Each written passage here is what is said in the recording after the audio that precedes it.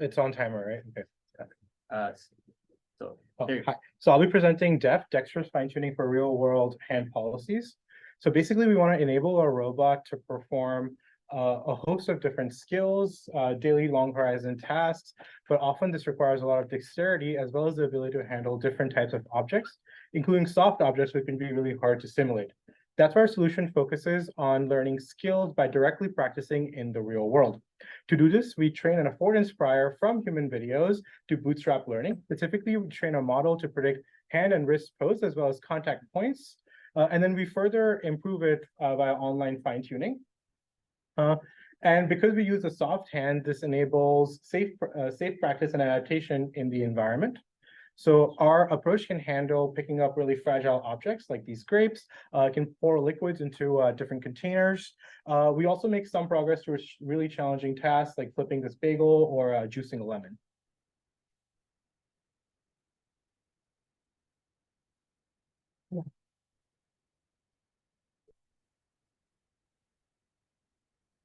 Hi, I'm Lily, and I'm presenting Play Fusion, skill acquisition via diffusion from language annotated play. So humans reuse past experience via a broad repertoire of skills, and this allows us to perform a variety of complex long horizon tasks.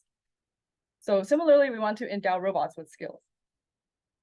We propose to collect play data, which is collected by teleoperators who are instructed only to explore. And to learn from such complex data, we propose to use diffusion models, which are known to handle multimodality well in images. We perform extensive evaluation in simulation and the real world. And here are some real world results showing success in challenging unseen settings. Yeah, thank you. Hello everyone, I'm Yi Hong. Our CCPO paper focuses on safe robot learning, which maximizes the task efficiency while satisfying the safety constraints. In our paper, we are particularly interested in the capability of adjusting train policy to different users' preference during deployment. Take this delivery question pedal as an example. We can define the safety as the magnitude of the young angle fluctuation and the task efficiency as the work velocity. The train policy is required to adapt to different reference velocity when carrying different types of cargoes to ensure the safety. We have proposed the CCPO algorithm where the first part is to utilize a low-rank modular to realize the versatile value estimation, and the second part is to utilize the RLS inference framework to improve the generalizability of the train policy. And the test result has showed that it works well in terms of both reward and constraint satisfaction.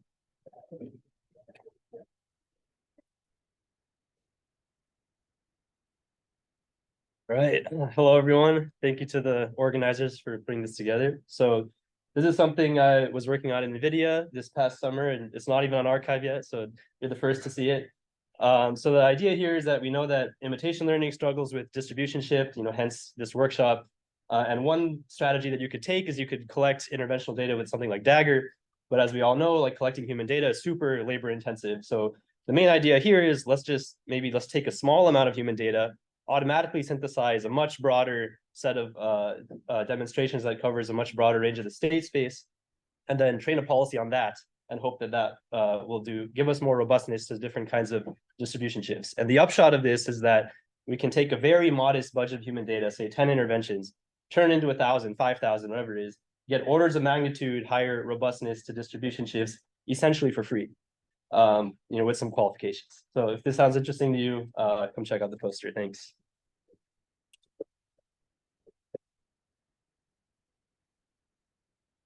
So humans can watch others present some examples of how to solve manipulation tasks and then generalize very quickly to different variations in physical and visual properties. So how can we bring this to robots?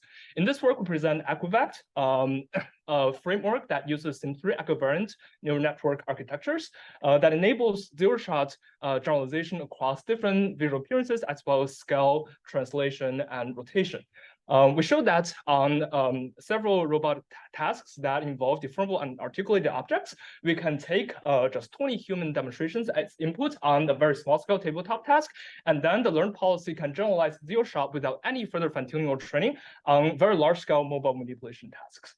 If you're interested in seeing more visualizations or further details, please come by our poster. Thank you.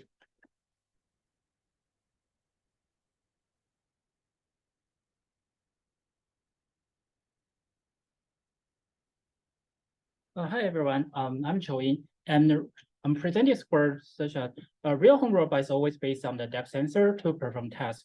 So in addition to that, monocular depth estimation is always used comes to play to assist the perception. So in this our dataset and benchmark work, we investigate a common but usually overlooked factors such as space type. We find most of the SOTA indoor depth estimation model cannot generalize well to tail spaces. Since most of the data they train on, they have a very strong head types such as a private room, small room, or living room. So in this work, we collect the data set contain the various types of the up to 28 types and with a hierarchical labeling using the high quality indoor stereo camera array. We show detailed breakdown of each space type of the each included SOTA models. And specifically, we find they are biased toward small rooms and cannot perform well on large room or very small kitchen or bathroom. So overall, we provide a tool including dataset, evaluation code, and benchmark to analyze your model to find out any bias underlying your in the data. Thanks so much. Hi, everyone. I'm Yifeng from UT Austin to present Liberal. So Liberal is a benchmark for studying lifelong learning, which specifically focuses on how does a robot deal with the distribution shifts in the sequence of tasks. And this Liberal is supported by a programmable procedure generation pipeline that can support 5 research topics: distribution shifts, neural architecture design, algorithmic designs, task orderings, and the effect of pre-training. So we created 4 task suites that studies both this entangled knowledge transfer, focusing on either spatial, object, goals, and entangled 100 tasks that allows us to do a very scalable lifelong robot learning experiments. So implemented multiple neural architecture, lifelong learning algorithms, and hundreds of tasks with demonstrations provided. So all of them can be expanded in the future. So now, if you want to learn more about it, please come to the poster session, and I will talk more about it. Thank you.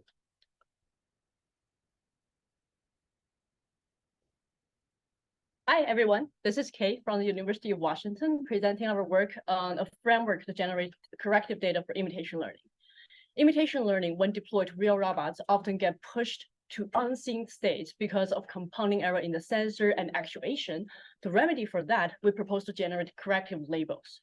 Without making additional assumption on what's given to us, we propose to learn a model, a dynamic model, from only the given demonstration data. But there's a twist. A learned model may not be trustworthy. It cannot predict for states that it has not seen. And our key insight is that a learned model can be trustworthy in a limited local region around the given data, leveraging local Lipschitz continuity in the underlying dynamics. And this allowed us to generate corrective labels using only learned model with theoretical guarantees. We tested our proposal on 4 distinct robotic domains and see some pretty promising preliminary results. If you're interested in model-based imitation learning for robustness, come talk to me at our poster. Thank you. Hi, this is Zhao Sun from Hampton University, and I'm here presenting our paper on the critical. Next slide. Oh, I'm sorry. I should. Okay, thank you. Right now it's okay. Yeah, okay. I'm presenting our paper, critical sampling of data-driven modeling of dynamic systems. And the problem is right now everybody know that the critical sampling how just when we modeling the system what is the minimal data we needed for the accurate predictive prediction, and also prediction and for the system. So our method is we develop a framework based upon the multi-stage and multi-stage and the reciprocal methods for the effective learning and the prediction of the future evolutionary behavior of the system. So, and as you can see, our method can reduce the number of the samples needed for effective learning and accurate prediction by the hundreds of times. And if you're interested, you can see our poster. Thank you. Yeah. Robustness for human-robot interactions. Imagine you train an RL policy to assist a patient with disabilities. In this case, the patient has an itch on their arm and they cannot scratch themselves. And how do you know that this robot is safe to deploy and will not kill the person? We would like to generate edge cases. And traditionally, you can mine for adversarial examples. And we tried it. In this case, the human actually learns to tuck their arm so that the robot cannot reach the failure and each end fails. However, this is not very realistic because patients in general are non-adversarial, and such failure cases are fully preventable. So instead, we want to optimize for failure cases that are both adversarial and natural. In this case, a slight jerk causes the robot to go crazy. You might ask, how natural do we constrain the motion to be? So we actually propose that we look at the entire natural adversarial frontier. This will give us a full picture of the robustness as well as finding a lot of edge cases. We have interesting results in assistive robotics, and we are actively applying this to self-driving. Thank you.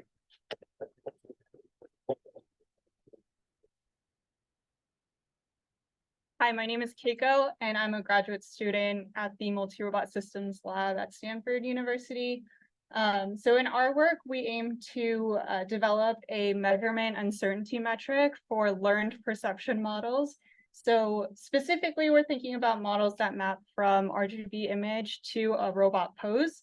So to do this, we also additionally train a model that does the reverse, so maps from robot pose to image. And then we use these two models together to get an input-output pose that we use as a measurement uncertainty metric. We then use this in a trajectory optimization pipeline in the form of like belief space planning, and additionally apply it to a Kalman filter.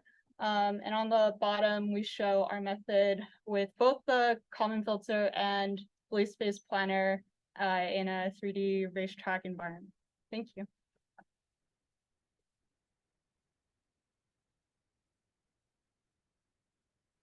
Hi, everybody. My name is Bo, and I'm from University of Pennsylvania. So today I'm gonna present our work in uncertainty-aware deployment.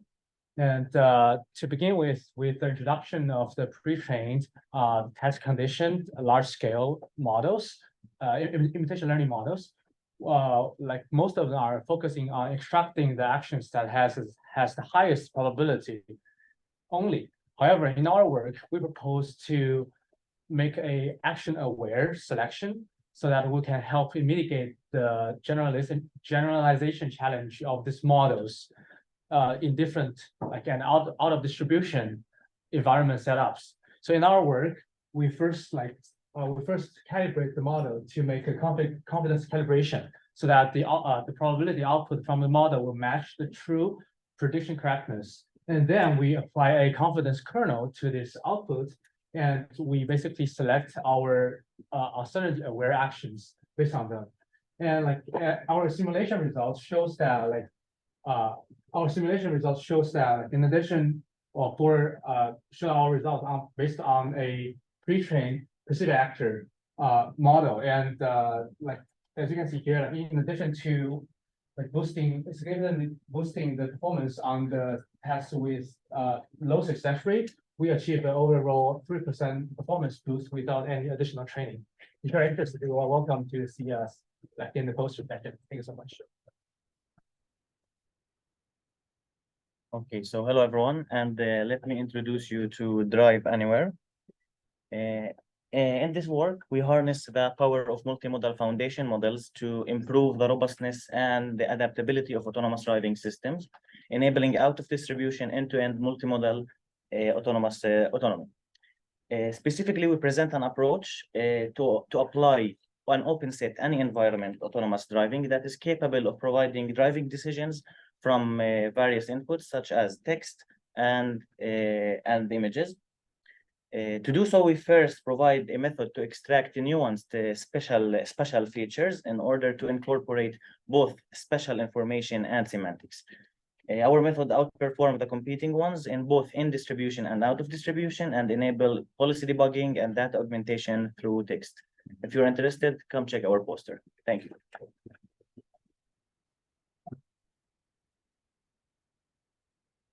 Hi, everyone. My name is Wei Yao. I'm from Johns Hopkins University.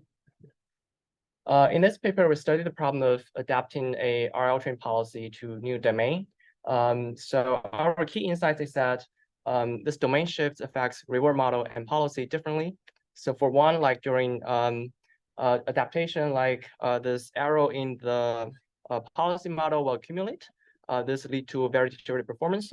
However, this does not happen in reward, and RL usually handle like noisy rewards function. And another thing is some reward shift in the last slide is the linear transformation. This doesn't affect the optimality of your policy. So our solution is a simple method that we train a reward prediction model, and we use that to fine-tune policy at deployment time. And this leads to better performance across many simulated and real-world tasks. Thanks, everyone.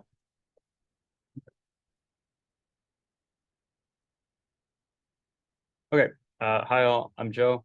I'm talking about full distribution generalization bounds for imitation learning policies. So suppose we have some policy we learned from human demonstrations and we want to deploy it in some environment that it hasn't seen before due to some modifications of lighting, objects, what have you.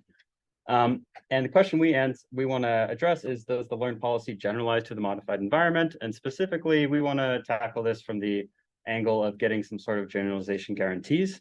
So given that, we argue that we have to test directly in the new environment. And if that's the case, we come up with two different research questions. First, what do we mean by generalization bounds? And second, how do we get those bounds efficiently? So to the first question, we get bounds on the entire distribution of reward, not just expected value. And we do that by defining a partial order over the reward distribution. And secondly, we get kind of sample optimal bounds using some novel statistics. So thank you.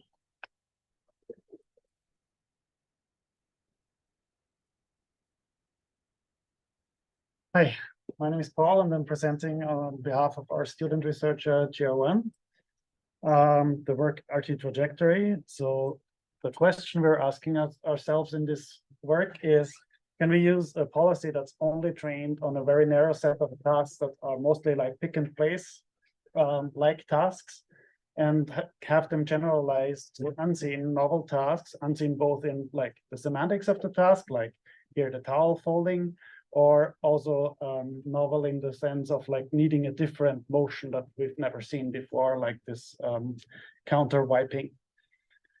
What we find is that purely language conditioned models such as RT1 struggle with this kind of generalization to new semantics that they've never encountered before.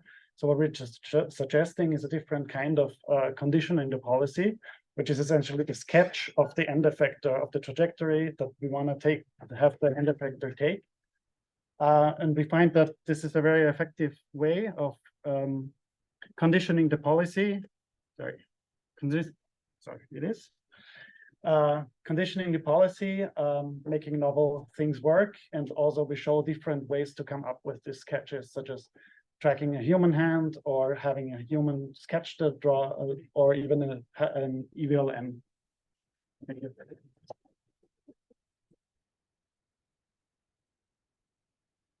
Hi, my name is Baha. I'll be presenting Ganox.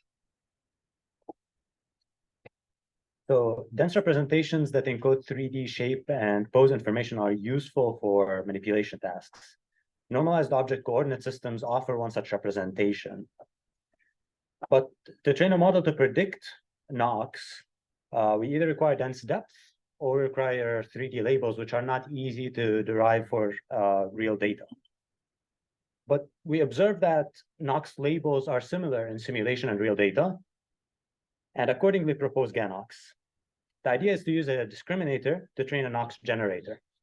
The discriminator is agnostic to the input domain, and so it is able to supervise the generator on unlabeled real data.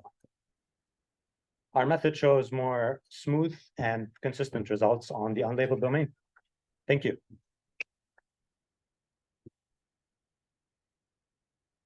Hi everyone, I'm Charles from AI2. I'm glad to present our work, which is about the autonomous reinforcement learning.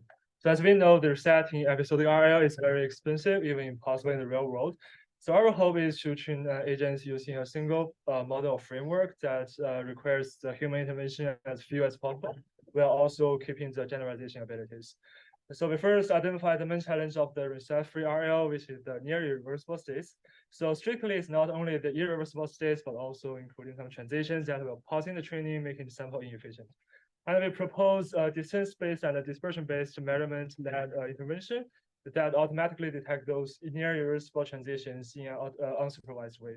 And we find that our method is generally effective in the mobile manipulation benchmark stretch pick place we proposed, the Sawyer peg in Metal World, and the object navigation AI2 Thor. Yeah, I'm very happy to chat more in the poster session. Thank you very much.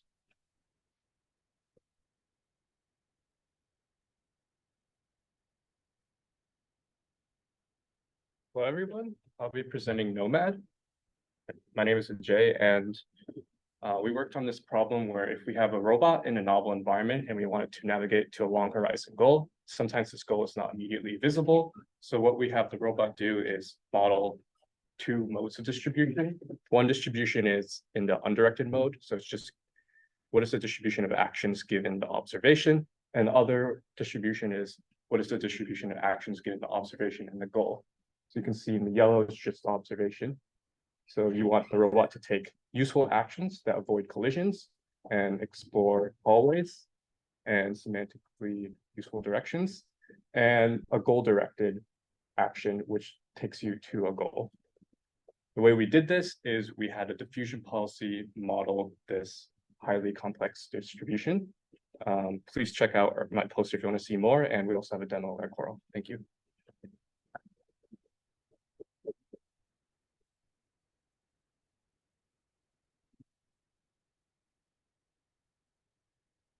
Hey everyone, my name is Mohit, and I'm going to present our work, Robo Agent, generalization and efficiency in robotic manipulation by semantic augmentation and action chunking.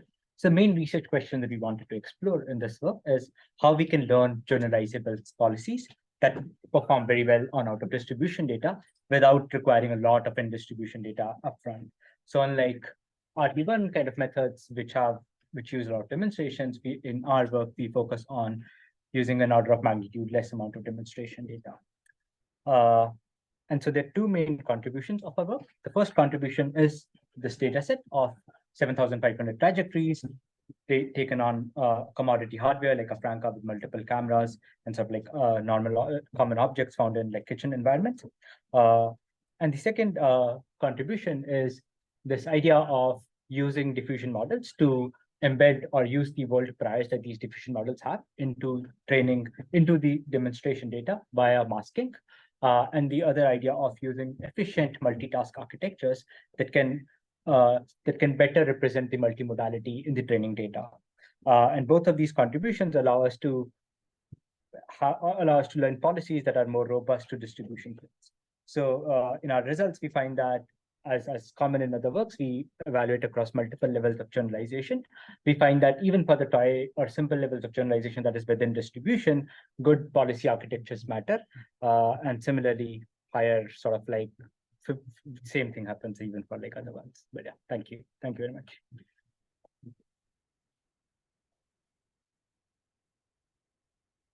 Okay. So hello, everyone. Today I will be presenting our work on formation and communication of common operating picture in multi-agent system. So in this example of star-crop training scenario, we find that the learned agent struggles to generalize when the initial distribution of the anime is changed. So we believe that this challenge arises from a lack of situational awareness. A simple experiment shows that having access to the state significantly improve the generalization, and the result is even better than state-of-the-art multi-agent RL algorithms. We created an approach where the agent infers the state through inter-agent communication of observations and actions, and while optimizing for a multi-agent policy for coordinated goals. And in this example, our algorithm allows us to effectively locate and defeat the enemy, even the enemy is initialized at different locations than training. So thank you for your attention. Please come to our poster for more details.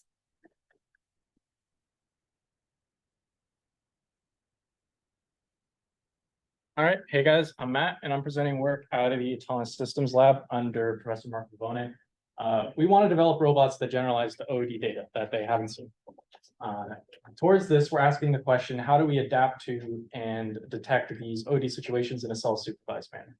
Our approach uses two steps. The first is utilizing an OOD detector to distill OOD data from deployment, and then using representation learning to recognize domain invariant features between this OOD data and our labeled training data. We show that these results increase competency on the OOD domain relative to a naive method, maintain competency on the source domain, and learn with sparse unlabeled OOD inputs to promote self-supervised learning. And if you'd like to learn more, please come talk to me about this.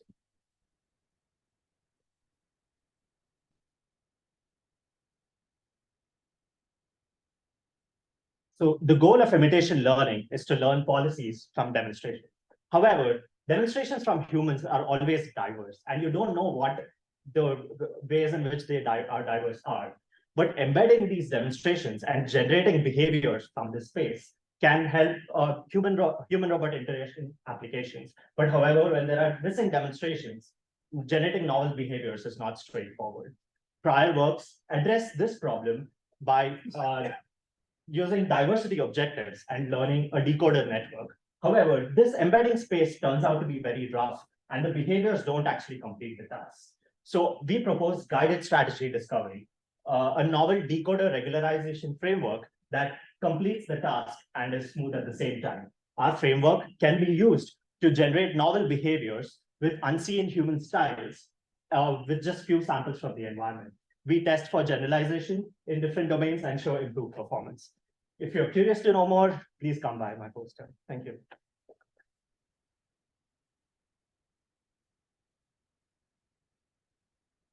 Right. Good afternoon, everyone. My name is Rohan Banerjee, and today I'm going to give a brief pitch on our project called To Ask or Not to Ask, Robot-Assisted Byte Acquisition when Human-in-the-Loop Contextual Bandits. So our research problem focuses on this problem of robot-assisted byte acquisition, where our goal is to develop a policy that can ask a human being, an expert, for help in order to achieve two objectives. One, improving task performance for this task, and the second is minimizing the cognitive workload that querying the expert imposes on the human being. So our approach leverages the contextual bandit interactive learning setting, where we incorporate two components. One is an expert feedback action, and the second is a model of cognitive workload. And sort of our key insight in our approach is that we can leverage natural out-of-distribution information from a particular contextual bandit approach to develop a simple rule for querying that allows our approach to outperform two baselines in this task. And for more information, please check out our poster at the poster section. Thanks so much. All right, so that wraps up the poster lightning talks. And now I suggest we walk down to the Muse One room, all of us together, where we set up your posters. And then I will meet you all back here at 4 p.m. for Professor Amy Zhang's talk. And I hope you enjoy it, the poster session.